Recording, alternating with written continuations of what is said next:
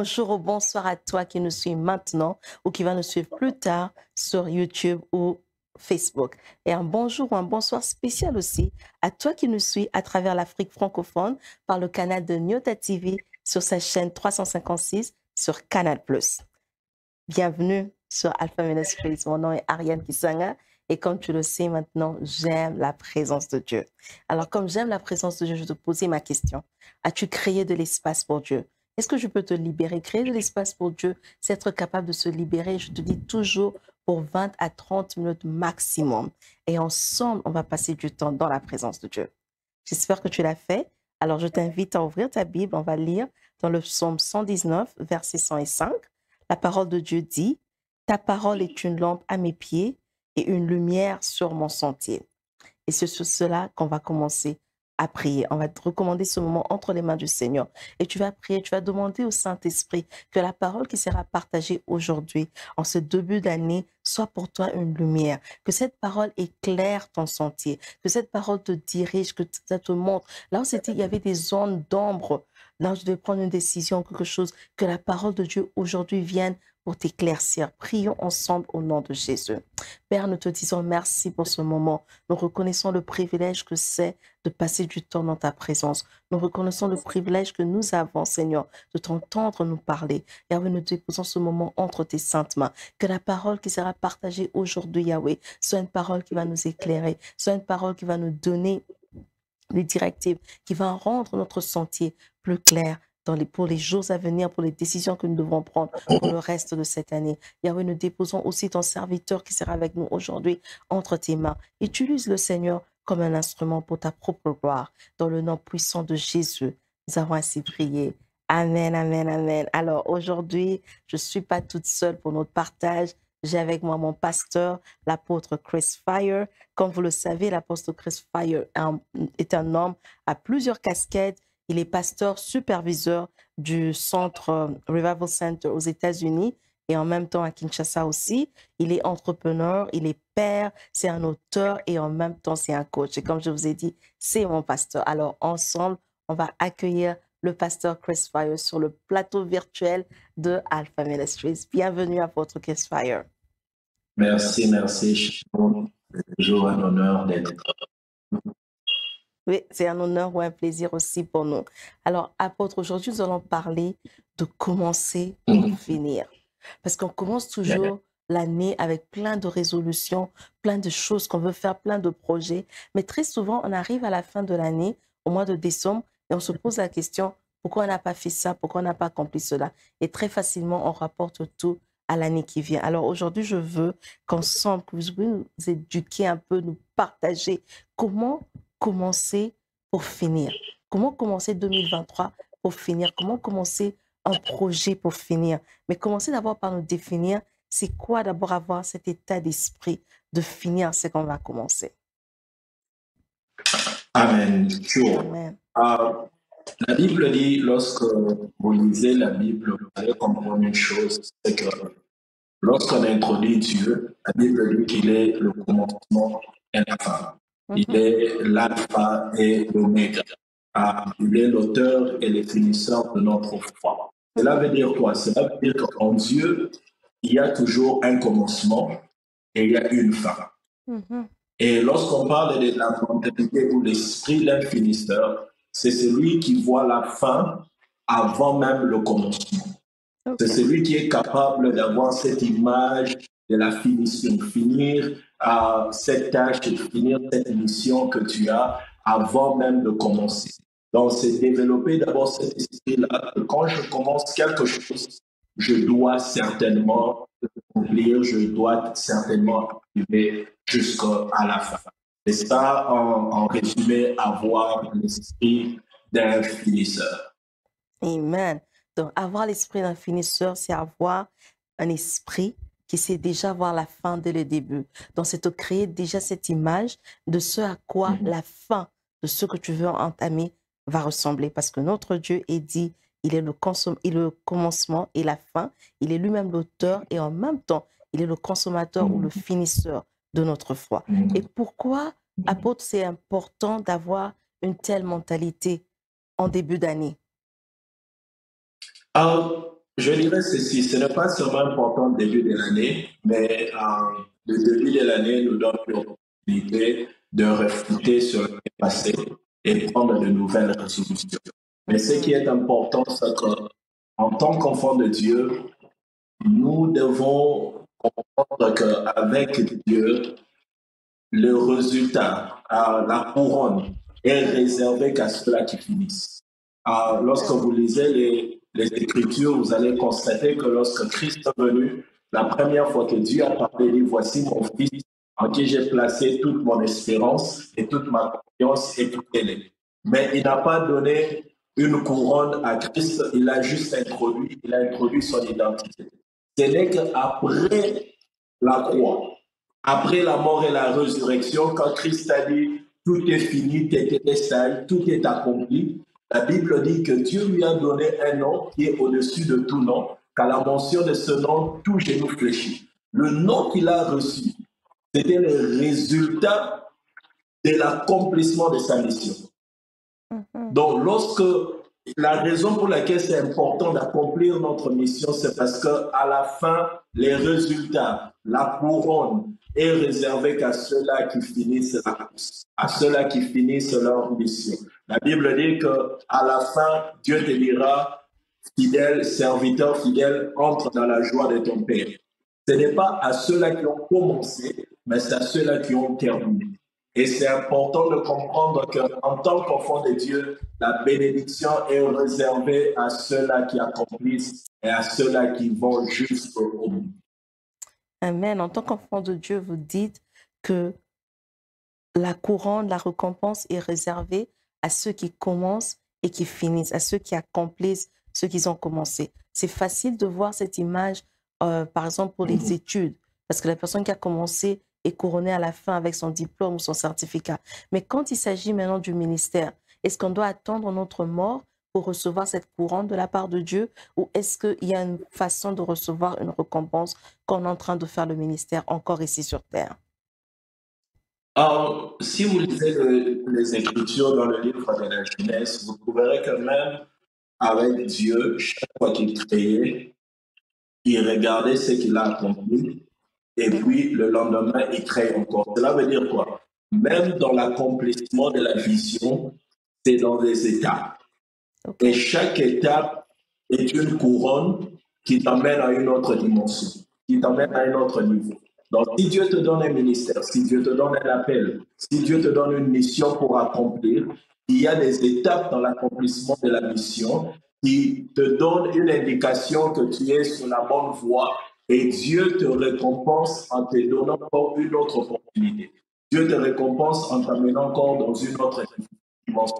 Donc, chaque fois que tu vas d'une dimension à une autre, c'est une indication que Dieu t'a couronné pour la première étape. Parce que si tu ne finis pas dans la première étape, Dieu ne te couronne pas pour la seconde étape.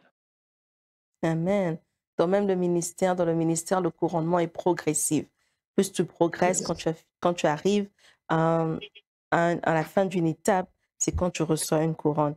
Mais apôtre, il y a cette mentalité, c'est bien, on veut tous avoir cette mentalité, mais il y a des obstacles, il y a des choses qui peuvent empêcher ou qui viennent pour nous bloquer, qui nous empêchent effectivement d'avoir la mentalité et même d'arriver à la fin de ce qu'on a commencé.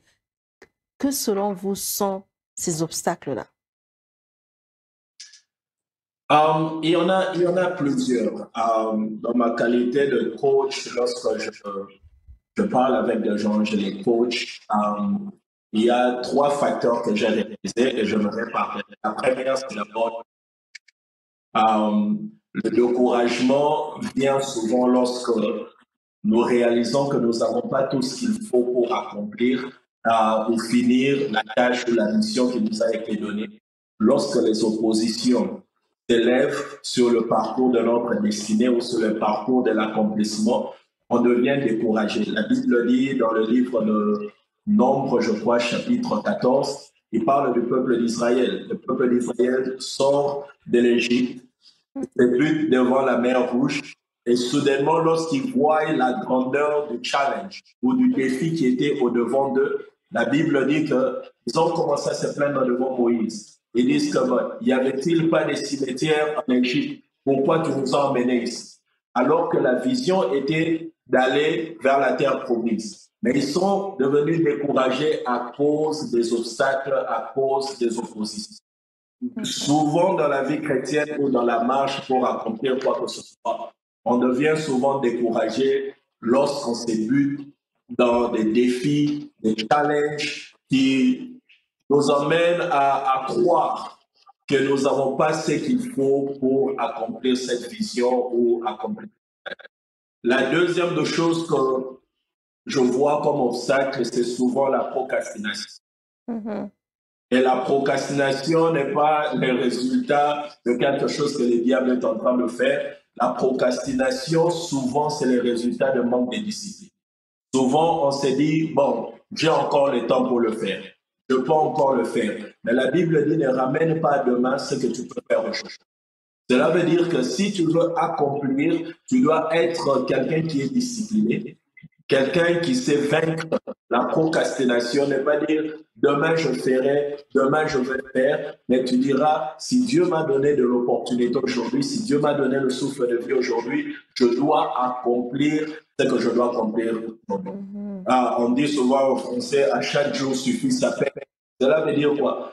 Chaque jour, dans chaque jour que Dieu t'a donné, il y a une mission que tu dois accomplir. Il y a une tâche que tu dois accomplir pour accomplir ce que Dieu t'a donné. Et lorsque tu vis dans la procrastination, tu te dis, bon, on est janvier, j'ai encore 11 mois pour le faire. Avant que tu le saches, on est déjà au mois de mars et tu te dis, oh, les jours passent vite, je veux le faire.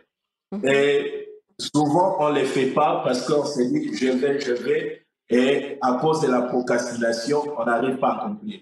La troisième chose qui est comme un obstacle pour beaucoup pour accomplir, à part le découragement, à part l'esprit de procrastination, la troisième chose souvent que je vois, c'est la distraction.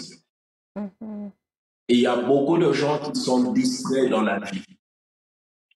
Et ils sont distraits, non parce qu'ils n'ont pas de vision, mais ils sont distraits par des choses qui n'ont pas de valeur dans leur destinée.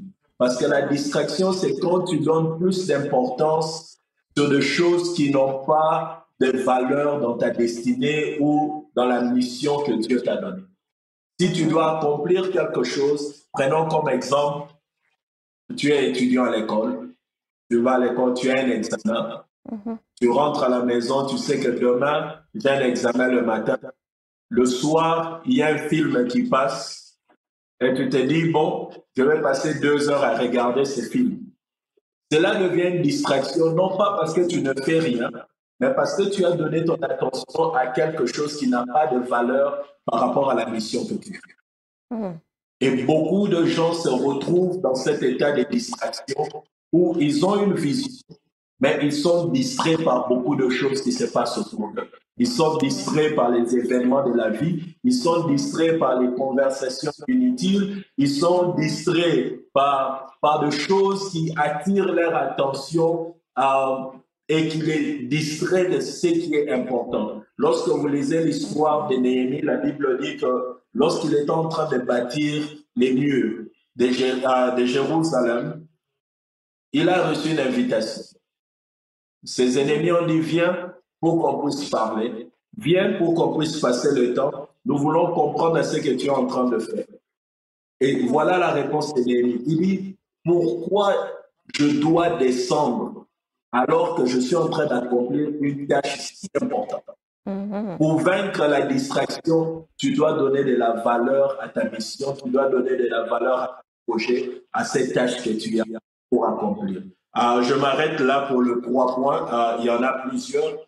Je crois que ça, ce sont des points clés qui sont comme des obstacles pour la plupart d'entre nous. Oh, amen, amen. J'aime beaucoup ce que vous dites, qu'il faut donner, c'est toi qui dois donner la valeur à ta mission, à la tâche que tu veux accomplir. Quand Néhémie il a refusé de descendre. Et des fois, on se dit que la distraction, c'est passer du temps à ne rien faire. Mais en fait, si je comprends bien ce que vous dites, c'est que la distraction, c'est quand on prend notre attention et on donne à quelque chose qui a moins de valeur que ce qu'on est censé, on est supposé accomplir, en fait. J'aime beaucoup ça. Maintenant, pasteur, si si ces trois choses sont les grands obstacles, comment on fait pratiquement pour surmonter ces obstacles? La première des choses, je dirais, dans toute chose, on commence avec Dieu. Au commencement était Dieu. Ouais. Lorsqu'on parle de commencer avec Dieu, ça veut dire commencer dans la prière. Lorsque vous lisez la Bible, toute personne qui a commencé et bien fini, il a commencé dans la prière. Néhémie a prié avant de commencer. Esther a prié avant de commencer. Les disciples ont prié avant de commencer. Christ, notre exemple, a prié pendant 40 jours et 40 nuits avant de commencer. L'apôtre Paul a prié avant de commencer son ministère. Donc, si nous voulons commencer, la première étape, c'est d'abord dans la prière. Pourquoi la prière? La prière t'aide à comprendre si c'est d'abord la volonté de Dieu. Tu ne peux pas commencer quelque chose que tu n'as pas accordé l'attention à Dieu pour que Dieu mette sa main de bénédiction.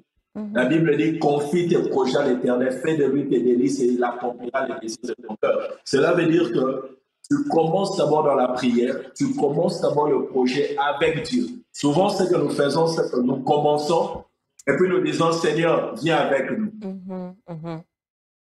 Alors que la première étape, c'est Seigneur, je veux commencer, mais je ne partirai pas si toi tu ne vas pas avec moi. Yes. Si toi tu ne commences pas avec moi, je ne veux pas avancer. Donc la première étape, c'est d'abord la prière. La prière t'aide à discerner la volonté de Dieu. La prière t'aide à avoir cette conviction en toi-même, cette foi, parce qu'il y aura des moments difficiles, il y aura des défis, il y aura des oppositions, il y aura des moments de doute, mais lorsque tu es convaincu, comme l'apôtre Paul dit dans le livre de Philippiens, il dit, je suis persuadé que celui qui a commencé cette bonne œuvre en vous l'achèvera certainement. Donc, vous devez commencer d'abord dans la prière pour produire, comprendre la volonté de Dieu et développer cette conviction pour avancer dans ce que vous êtes en train de faire. Parce qu'il y aura des gens qui essaieront de vous décourager, il y aura des circonstances qui essaieront de vous décourager. Mais lorsque vous commencez dans la prière, vous avez cette forte assurance qu'avec Dieu, on ira de l'avant. La deuxième des choses, après la prière, c'est la préparation. Lorsqu'on prépare, le résultat d'une bonne préparation, c'est d'avoir un plan qui est concret, un plan qui est validé, un plan qui est certifié. Donc, tu as un plan que tu sais suivre étape par étape. La préparation t'amène à comprendre le coût de la vision que Dieu t'a donnée, le sacrifice que tu dois, le prix que tu dois payer. La préparation t'arrive aussi à te préparer même mentalement, psychologiquement, par rapport à ce que tu dois accomplir, par rapport à ce que tu dois faire. La préparation t'amène à comprendre les sacrifices que tu dois faire pour accomplir la mission. La Bible dit dans le livre de Luc, chapitre 18, qu'avant que tu puisses bâtir une maison, la première des choses, c'est de s'asseoir d'abord, analyser le coût et voir si tu es capable de commencer pour finir. Pourquoi? Parce que si tu ne finis pas, la Bible dit que les mêmes personnes qui sont autour de toi vont te mourir. Donc, la première des choses, c'est la prière. La deuxième, c'est la préparation. Dans la préparation, tu as le plan. Dans la préparation, tu connais le sacrifice. Dans la préparation, tu sais ce qu'il va te demander pour accomplir la vision. La troisième des choses, c'est la discipline.